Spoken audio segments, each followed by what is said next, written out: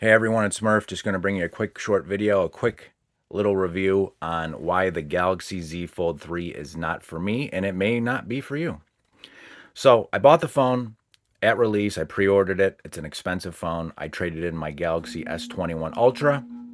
Gave me a big chunk off on the what I had to pay down on this.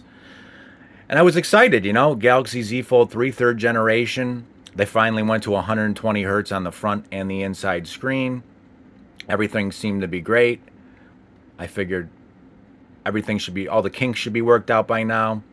It's not exactly water dust resistant. I think it's waterproof slightly, but dust it isn't or something. I don't know. Watch a big boy review if you need all the little details, but they basically worked out all the kinks. The camera is not that great. If you're looking for a point and shoot, this might not be for you. My S21 Ultra definitely had a better camera, and now I'm using the Pixel 6 Pro, which is definitely a better camera than this, but it will get you by. I mean, it's still a decent camera, but a very expensive phone, so you ought to get a good camera with it. Also, the battery life on this thing, you're probably going to need to charge it every day. My Pixel 6 Pro, my S21 Ultra, if I forgot to charge them at night, I could get by the next day, still have, even after a second day, maybe 20%, 10% left. This phone, you're definitely going to want to charge every night. The battery just can't sustain both screens, and it's not even that big of a battery. I think it's 4500 mAh, not that big. So also, this phone's on the latest software. I just updated it. I'm actually trying to get rid of it on the secondhand market, but I still have it. I've had it for a couple weeks now, month, whatever. Trying to get rid of it, can't get rid of it. So apparently there's not that big of a demand for them. I think Samsung's even offering a sale at this point for the holiday. So a few of the problems I had with this phone. Now, I'm the type of guy, I put my phone in my back pocket. And for some reason, if I had this in my back pocket and I was exerting any kind of pressure on this phone, it would lose signal. It would say the SIM card was not inserted. So, I would shut the phone off, turn it back on, wait a while, and then suddenly it would just regain service out of the blue.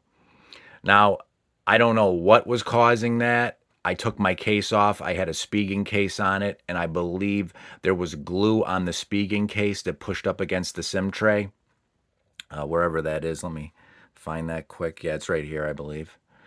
I believe there was glue on the Spigen case that was attached to that SIM cover. Maybe you've been tugging on it. I don't want to blame Samsung if it's not their fault, but that did happen. I looked it up on forums. Other people said they had similar issues. I don't know if what was causing it. And that's another good thing to bring up. A good case for this, I had this Spigen, I believe it's the thin armor, and it was like an $80 case. It was the best case for this phone. I tried some other cases, and with the hinge, they just didn't work very good. So if you're going to get a case, that Spigen thin armor, it's like about $80, I believe, is the best case, period, the end. It's got a flap that opens with the hinge, and it works perfect.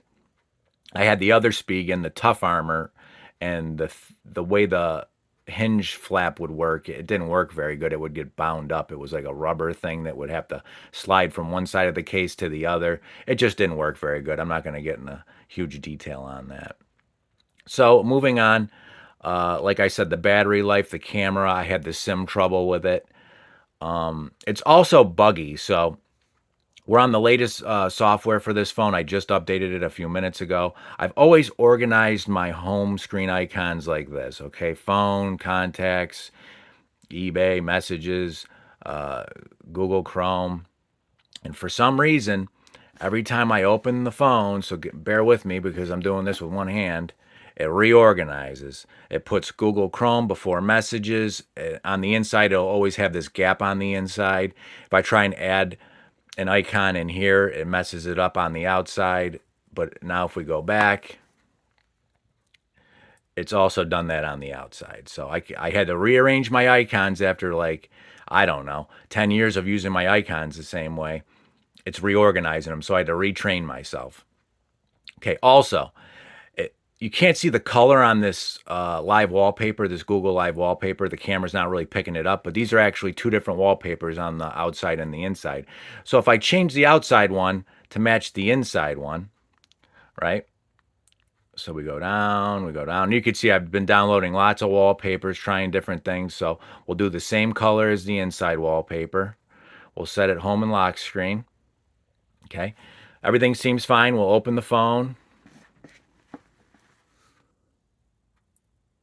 Goes to a black screen. And depending, it'll go to a black screen vice versa, front, inside. Up there it goes. It's a black screen out here. Then you try to go back to wallpapers and fix it, and you're like, what's going on? And I am using Google wallpapers and stuff, but I mean, at this point, these apps should work. Now it's not even showing me the wallpaper. Go to a different color. It seems to work again. So this is like a reddish one. It's not really getting picked up on the camera. And this is a gray one in here. So that's working again. And I'm also using Lawn Chair home screen launcher, but I believe I tried the stock Samsung launcher and it still acted up with these live wallpapers. But just a quick review, guys, quick overview why the phone isn't for me. And I'm also one of these people, I'm lazy. I just ended up using the front screen all the time.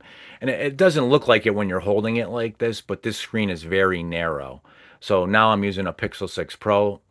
The screen's a lot bigger. So if you're only going to use the front screen, the only time I would open it is to play a game. It's just not worth it. You might as well have a regular phone. When you're in the car, you're not flipping your phone open. You're just using this screen. Once they get this screen the size of a regular phone, it'll be a lot better, and then just make the inside screen bigger. The problem is at that point, you're going to have a very large phone. The speakers are pretty good. They're loud. It's a top of the line phone. You're paying good money for it, so it's gonna work. It's gonna play games. It's gonna have high end specs. It's gonna do everything you expect it to do. But the camera's not that great. The battery's not that great. The software's buggy. I mean, this phone's been out for a while now. Why can't you guys just fix these simple software issues? And there might be more. I don't even know about. I don't know. So, leaving a comment down below if you've had any issues that are different, the same, whatever. And hopefully I will see you guys in the next one. And like I said, I got a Pixel 6 Pro now. I'm pretty happy with it. I mean, if you switched your phone, let me know down below what you switched to. I will see you in the next one.